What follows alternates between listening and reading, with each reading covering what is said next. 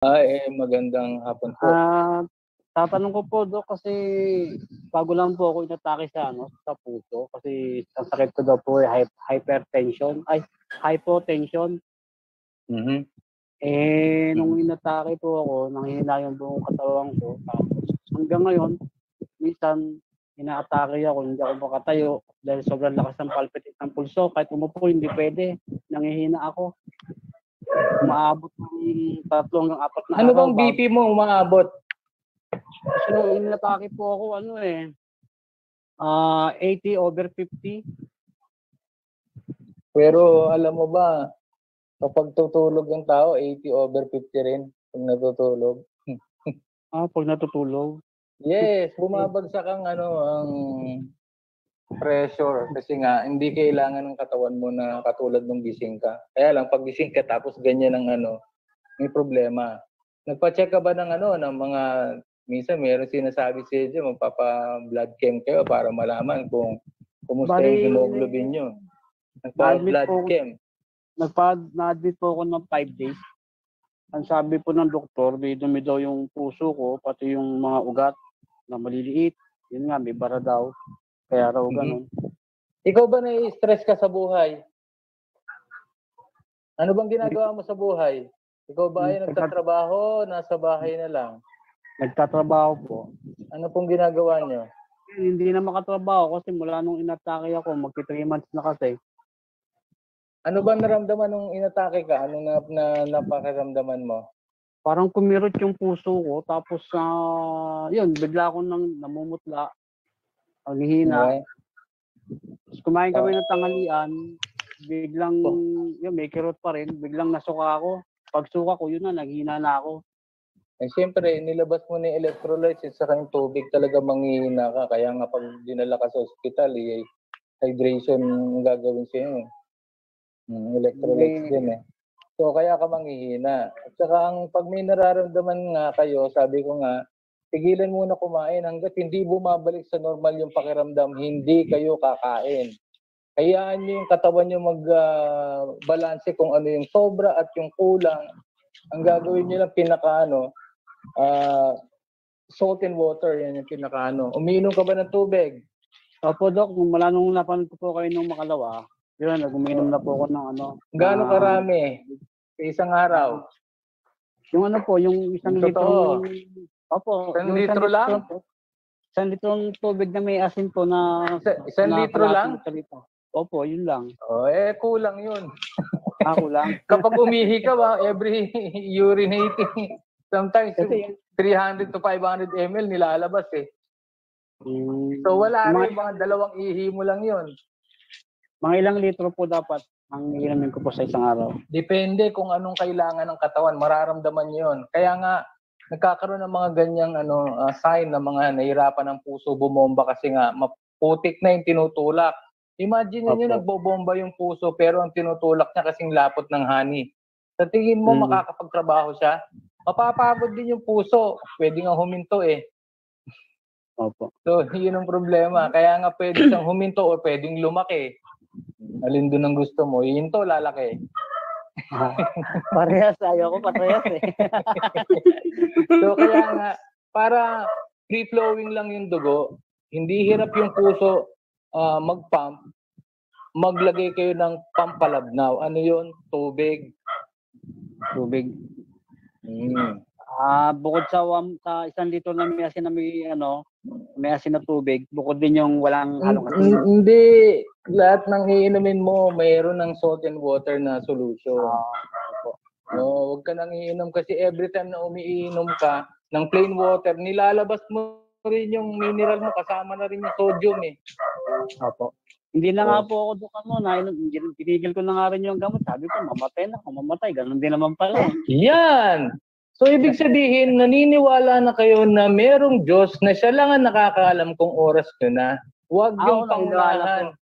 Kasi nga, kung totoong naniniwala kayo merong Diyos, diintayin nyo na yung oras nyo. Kaya lang, huwag kang kakalimot uminom ng tubig. Lagyan mong asin. Kasi doon, tinigil nga, wala ka namang ginagawa. Malapot pa rin ang dugo. Nakakatakot po Pag umatake, nakakatakot, parang titigil yung puso, na So, parang magbabara tigilan yung mo ring puso. matakot. Tandaan mo kasi kapag natakot ka, lahat ng nararamdaman mo, lalong magkikreate yan talaga ng maraming message sa utak mo. Lalo ka matatarantan yan, magpapanik ka. Di lalo Wala na, Doc. mahihirap yung nervous. Dapat kalmado ka lang. The Hindi, moment na tinanggap ko na. natakot ka, lalong bibilis yung tibok ng puso mo. Kaya tigilan niyo lahat ng wag kayong matakot. Kung oras Wala na, na, Doc. oras na. Kahit Kinuha ko may na sa pera Diyos ang pa. buhay ko. Kaya nga, Sabi so ko, patay kung patay na, ganun din naman. Tigil na lang yung gamot. kaya nga wala ngang may pera, kaya may pera patay rin eh. So maniwala na lang kayo kung oras na talagang aalisin na kayo rito sa mundo kahit nasa bahay ka pa. Yung iba kasi ingat na ingat eh. Hindi ako magdadrive ngayon kasi baka maaksidente ako. Sa tas magulat ka sa bahay lang nadulas. Nadulas doon sa banyo. Patay. Ako, tinanggap ko na. Ganun din naman yun. Yung iba natutulog lang. Yung iba natutulog lang. O pagkagising, wala na. Yes, wala na. So, meron daw kumakain, tapos namatay yung ilaw, inayos, laglag. Patay. Correct. Kaya ang problema dyan eh. Walang makapagsasabi, kaya tigilan yung matakot. Kasi nga, kung oras mo na. Lahat na mangyayari sa katawan mo, mapapadali ka kapag pinangunahan mo. Ilang beses na ako inatake eh. Nakakasurvive. Sabi ko, ganun din naman. Huwag na lang ako inom ng gamot. May paraan pa naman pala. Hindi, yung katawan na, meron siyang itong katawan na to, may intelligent factor to. Alam niya kung anong oras na. Sabi ko nga, number 1, una, kapag ikaw nawalan ka ng oxygen, minuto lang patay ka na. Pangalawa, tubig. Pangatlo lang ang pagkain. Tandaan nyo. Una, hangin. Pangalawa, tubig. Yan ang hindi nyo pwedeng, kaya huwag kayo masasabi, mamatay kayo kaagad. Hanggat may hangin, may tubig, may asin. At mayroong kang kinikilalang nag-iisang Diyos at doon ka sumasampalataya sa Kanya na hindi Kanya pababayaan. Sino yung tinutukoy ko? Yung Diyos ni Abraham, ni Isaac at ni Israel. Yung kausap ni Prophet Moses, yung nagbigay ng 10 Commandments. Yun yung gumawa kay Adan. Doon kayo umingi ng pasalamat. Okay? Kasi tandaan nyo, lahat ng paghihirap dito sa mundo ay bunga ng paggising lang sa mga spiritual ninyo na kulang nyo na napapakain. Puro na lang katawan ng pinakakain. Yung spirito, wala na. Kaya nga magugulat ka, lahat ginagawa ko na experience ko, ang dami na. Binigay ko na lahat ng malinis na pagkain, yung kung anong dinisenyo ng Diyos. Pero may sakit pa rin. Nung malaman ko, ang sama pala ng ugali. Ang dami sinirang buhay. Nagtanakaw, nagkikismis. Nagbabayad lang pala siya. Yes, kaya nga sino ako para sabihin ako nagpapagaling negative. Bumalik lang yung tao yun sa pamantayan ng Diyos, tumalikod sa kanyang maling gawain.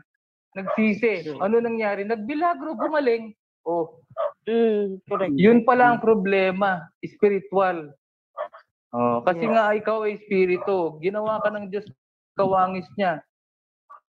Itong katawan na to, iiwanan mo to, yung espiritu babalik sa nagbigay. Kaya nga lang, dasal talaga. Dasal at Hindi po, kulang po ang panalangin kapag walang pagsunod. Nakasulat yan sa Proverbs. Kahit na 3 beses, 4 na beses ka pang manalangin, tumambling ka pa dyan. Kapag wala kang sinusunod na pamantayan, yung 10 Commandments, yun ang pinaka-basic. Dapat yun, alam ng mga tao yun by heart. Dapat yun, binabasa nyo, kada nananalangin kayo, binabanggit nyo yung 10 kautusan na yun. Para nasa utak nyo yun na yun ang talagang lumabas sa bibig ng Diyos. Sinabi niya, ako ang naglabas sa inyo sa Ehipto. Lahat yun, yung mga nalabas sa Ehipto, hindi lang yun mga anak ni Israel. Lahat ng iba't ibang lahi na yun. So, ang tinutukoy niya, wala naman siya sinabi, Israel lang nilabas ko, walang ganun eh. Ako ang naglabas sa inyo sa Ehipto. Halo-halong tao na yon. So pangalawa, huwag kang sasamba sa kahit anong may anyo. Na katulad sa langit, sa lupa, sa ilalim ng dagat. Kasi sabi niya, ako ay walang anyo. Walang nakakita ng anyo ko na nabuhay. So wala siyang anyo. Kaya kapag meron kayong mga ganyang ginagawa, una at pangalawang kautusan pa lang sablay na. Kaya nga wag kang magtataka bakit grabing pahirap dito, may pera at wala, parehas lang, hirap din. Kaya nga ang daming may pera sa huli, namatay, may cancer. May pera yun, ang daming may pera, may cancer. Kasi nga, ginigising, sabi, hindi kayo nandiyan sa lupa para mamasyal, mag-ubos ng oras. Kaya nga ang holistic doctor, nakapokus po ako sa espiritu. Ang katawan susunod lang kung anong sinabi at naintindihan ng espiritu doon sa kanyang pagtalika na kawangis ng Diyos. Yan. Kaya nga hindi pwedeng pangunahan ng Diyos dahil nasa kanya ang paghaba ng buhay mo. Tama. Kaya tigilan matakot ha. Tigilan matakot. Yung mag-message ka lang dito sa Gising Maharlika, tapos yun, bibigyan kita ng diet plan mo. Base dyan sa sakit mo. Okay, at saka una, tigilan matakot, tigilan mag-alala. Okay, huwag ka makikipag-away, bawal din magalit. Kahit sino sa inyo nakikinig, bawal lang magalit. Tigilan nyo magalit kasi, ay nako, masama magalit kasi nagkakasala ka. True. Agree to that. Kasi kung anong lalabas sa bibig mo, nagkakasala ka. Dadagdag yun sa sakit mo. Kaya tigilang magalit. Be happy.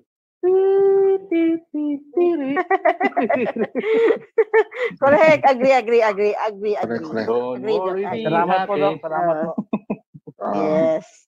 Thank you, Sir Bong. Sir Bong, sa comment section po kayo mag-message siya para doon po makikita ni Doc yung doon po siya Dito po, magbe-base. Sa Comment section po, comment section. Sa labas, After yan. ng show. After ng show po. Oo. Ay, may tanong Thank po you po, si thank you. Ma'am